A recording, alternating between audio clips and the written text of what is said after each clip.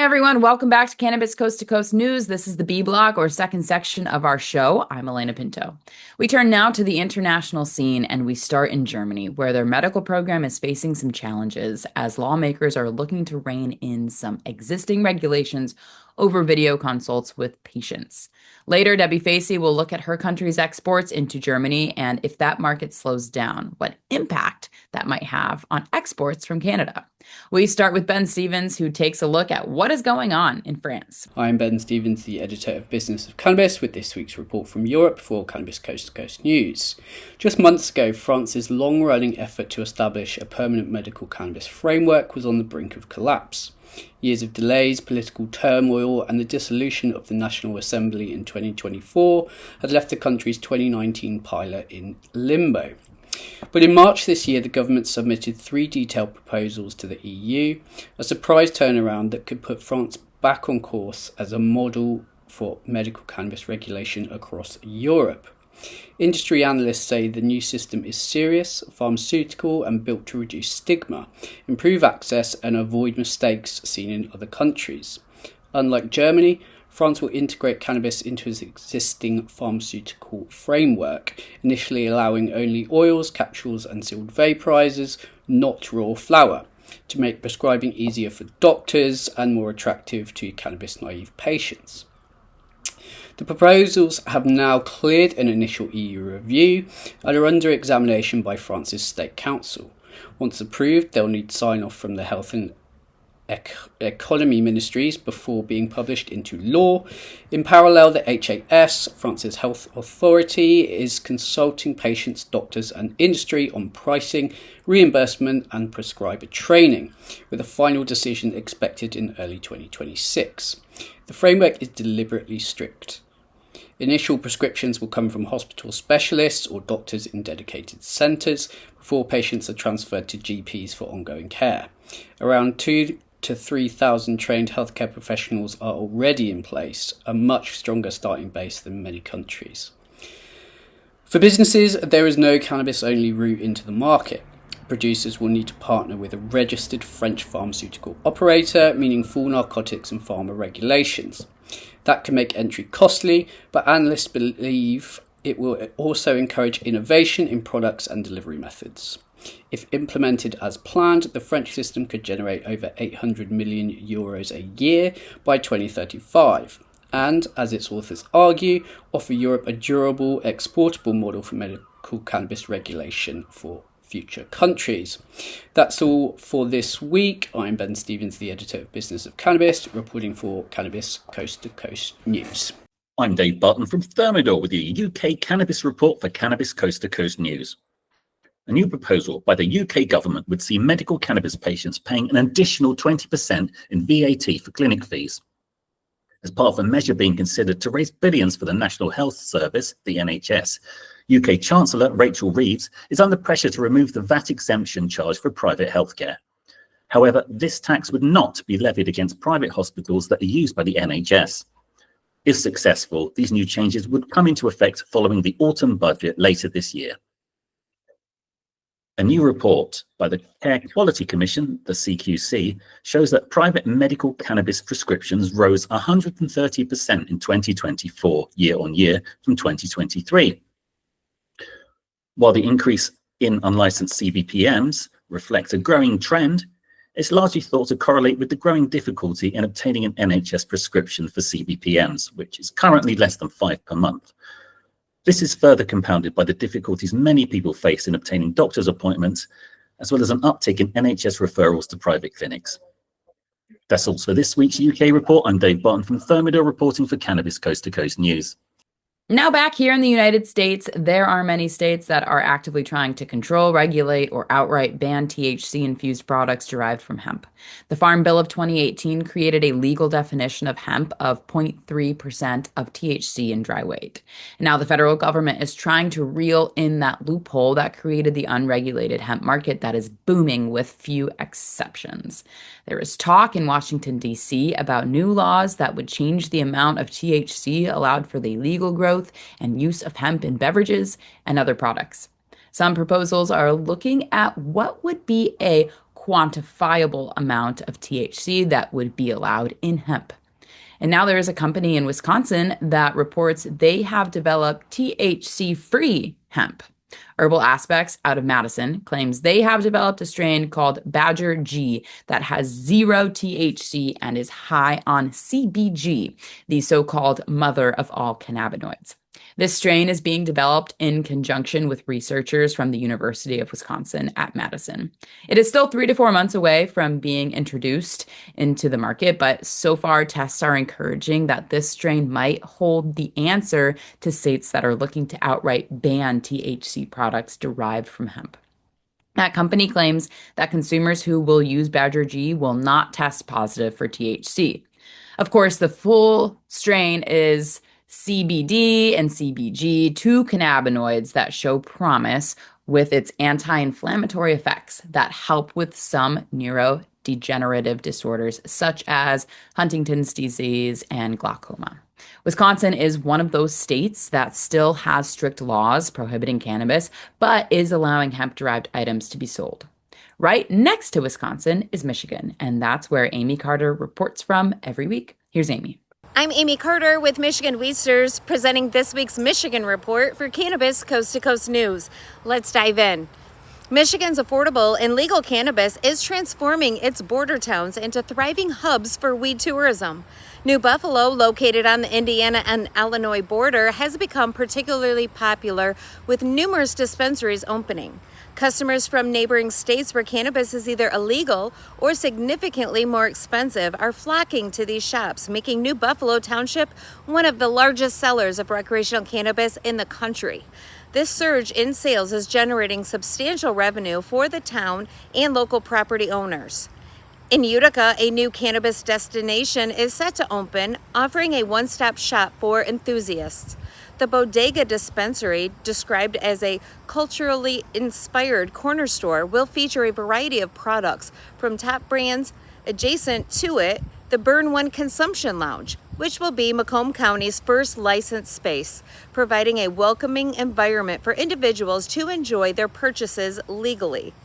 Marvin Kesey aims to create a community-driven gathering place where people can connect, share stories, and feel at home. Lastly, mark your calendars for the Zara Abbas Memorial Bridge Walk during Labor Day weekend. I spoke with Ryan Bringold, who provided some more details about the event. Be sure to join us August 31st and September 1st for the annual Mackinac Bridge Walk. We'll be hosting a barbecue in the Michilimack Colonial Park, right behind the lighthouse. Be there at 4:20 on Sunday. Get up early Monday morning because we meet at the Trailhead Pavilion. Hand out shirts and everybody walks. When you're done with your walk, come on back and we're gonna have refreshments, great stories, and just a good family feel. Enjoy your weekend and be sure to make it up for the Bridge Walk. That's it for this week. I'm Amie Carter with Michigan Weedsters for Cannabis Coast to Coast News. There's another news item out of Michigan this week, and it has to do with the first license given to a native tribe in that state. There are 12 federally recognized tribes in Michigan, but it's the Bay Mills Indian community that has been given a permit to the Northern Light Cannabis Company to commence operations. With more on developments from the tribal community around the country and in Nevada, here's... I'm Tina Tasaka with 420 Technologies, and this is the Nevada and Tribal Nations Report for Cannabis Coast to Coast News. Michigan has signed its first ever tribal state cannabis compact, inked on July 25th between the Cannabis Regulatory Agency and the Bay Mills Indian community. This historic agreement enables Bay Mills Northern Light Cannabis Company to operate fully within Michigan's adult use cannabis market, gaining access to statewide wholesale and retail channels, oversight under the metric seed-to-sale tracking system, and adherence to the same compliance, testing, and inspection standards as all other licensed operators. It also introduces a cooperative model that respects tribal sovereignty while ensuring regulatory fairness and consumer safety. Michigan has 12 federally recognized tribes, including several that have said they want to pursue similar compacts that will see tribal cannabis legally sold throughout the state. In 2023, Michigan Governor Gretchen Whitmer signed 2 bills that allow Native American tribes and the state to form compacts to regulate and tax marijuana. Congratulations to the Michigan tribes. Air Wellness, a major multi-state cannabis operator, is undergoing a comprehensive restructuring process after mounting debt pressures. $358 million is due in 2026. Under a restructuring support agreement with senior note holders, the company will sell off or wind down assets in several states, including Nevada, while lenders may take over some assets and extend a $50 million bridge loan to support operations. What are the implications to Nevada?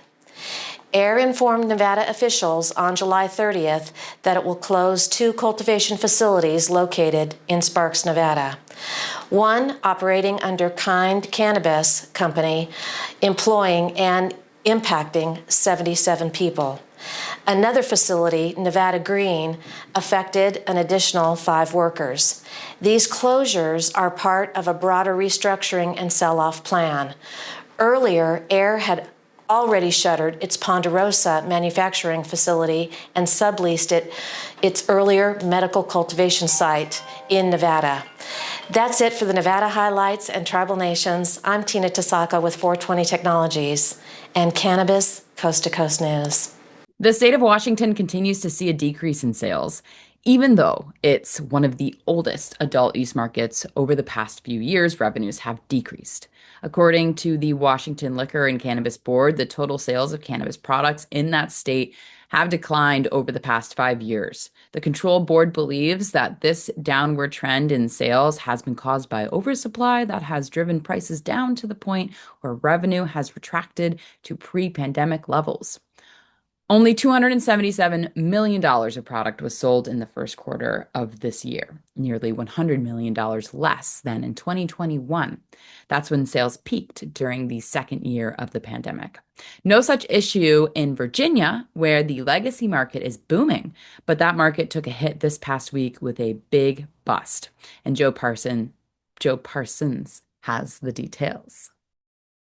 I'm Joe Parsons with the Virginia Cannabis Connection by Higher Education's Coffee Talk, sponsored by 97.5 3WV, and reporting for Cannabis Coast to Coast News. Even though Virginia was the first southern state to fully legalize cannabis for both medical and recreational use, the prohibitionist stance of the current administration in the Commonwealth has stalled the implementation of the adult use program. Now, that's led to legacy black market operations, dangerous products, and one of the biggest cannabis trafficking operations that has ever been in the Commonwealth is almost finally resolved. Lux Auto Sales and Rental in Newport News, Virginia, was the subject of a 2-year investigation that led to uncovering a huge cannabis trafficking operation, and Lux was the East Coast connection. Between 2017 and 2023, they ran a scheme that used commercial flights to shuttle millions in cash to California and brought back hundreds of pounds of cannabis to Virginia in return. The operation revealed that about 1,000 pounds of cannabis a week was being moved during this operation. 37 people were charged, 31 pled guilty, 17 are already sentenced, ranging from probation all the way to 15 years. Now, there's one more trial that's pending in the Newport News District Court for the end of this month. There will also still be one suspect that's still at large after all this time. Now, this case is a stark reminder of how a safe and fair adult use cannabis market would make operations like this way less profitable and help dissolve the legacy cannabis market that keeps harmful, untested products in the streets of the Commonwealth. Now, all we can do is hope that the coming governor will enact the will of the people and start a safe and fair adult use market. Lastly, I'd like to thank Marianne Kersagi from Alibi Cannabis for being our guest this week on Coffee Talk. Her story was truly inspiring, and it was awesome to hear how she took her small craft cannabis grow to the now award-winning brand that it is today. Tune in every Monday at 4:20 and check it out on 3WV.com.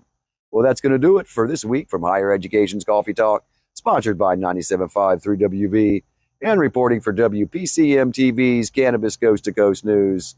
I'm Joe Parsons. Until next time, stay lifted. Hi, I'm Christina Brisson with Over the Top Renovations with your weekly Ohio Cannabis Report with Cannabis Coast to Coast News. Ohio has officially hit its first legal year of adult use cannabis. We've achieved $702 million in sales. Those expected we'd actually hit $1 billion. However, if you remember, we have 135 cities with moratoriums or bans for the next year or so. But despite that, Death Row Records Cannabis is partnering with Pure Ohio, and their products will be available soon in Dayton and London, with their broader outreach coming out on August 10th to all the Ohio other products. So we're still seeing some movement. We've got a break for the summer when it comes to legislation. Let's hope everything turns out good. I am Christina Brisson with Over the Top Renovations with your weekly Ohio Cannabis Report with Cannabis Coast to Coast News. Next up, Maryland, where adult use sales has been legal for 2 years. And now there are reports that young people are getting access to the plant medicine, and educators are worried about the impact it might have on the development of their students. Here's Christopher Bright with more. I'm Christopher Bright from The Enlightened Voice. Welcome to Cannabis Coast to Coast News. I'll be bringing you the latest cannabis headlines from Maryland. 2 years after Maryland legalized recreational cannabis, revenue is up and possession arrests are down, but health experts and educators are sounding the alarm about its impact on kids. Many teens now see cannabis as less risky, with some showing up to school high. According to Baltimore County Councilman and teacher David Marks, he's noticed a pervasive smell of marijuana in schools, which he says harms academic success. Studies warn that adolescent cannabis use can impair brain development, affecting memory, coordination, and emotional health. A survey found many Maryland teens believe that their peers are using more since legalization, often getting cannabis from unregulated sources, which may contain harmful contaminants. School resource officers report a slight uptick in student use, especially vaping, while educators feel limited in addressing off-campus use. Community efforts like expanded after-school programs and safer public spaces are helping reduce the substance abuse. And now we have our content creator of the week. I would like to shine a spotlight on Shannon, aka the Stone Sommelier. Shannon has been making waves in the Maryland cannabis market. She has worked with companies like District Cannabis, Evermore Cannabis, and Culta, creating captivating marketing campaigns. Shannon blends the glam of marketing with the comfort that is cannabis. From meteorologist to trimmer to marketing executive, she has levels of depth. Make sure to check her out on her IG and TikTok at The Stone Sommelier. And that's all for this week's Maryland Cannabis Report. I'm Christopher Bright from The Enlightened Voice, reported for Cannabis Coast to Coast News. That'll do it for the B Block, but we have one more segment for you, and that will include a wild story from Kentucky where medical sales are getting closer to a start. The question now is, did that state government import their first plants from out of state? There's evidence that a don't ask, don't tell policy may have opened the door for the state's first batch of plants that were delivered in violation of interstate commerce. Cannabis Coast to Coast News continues after this.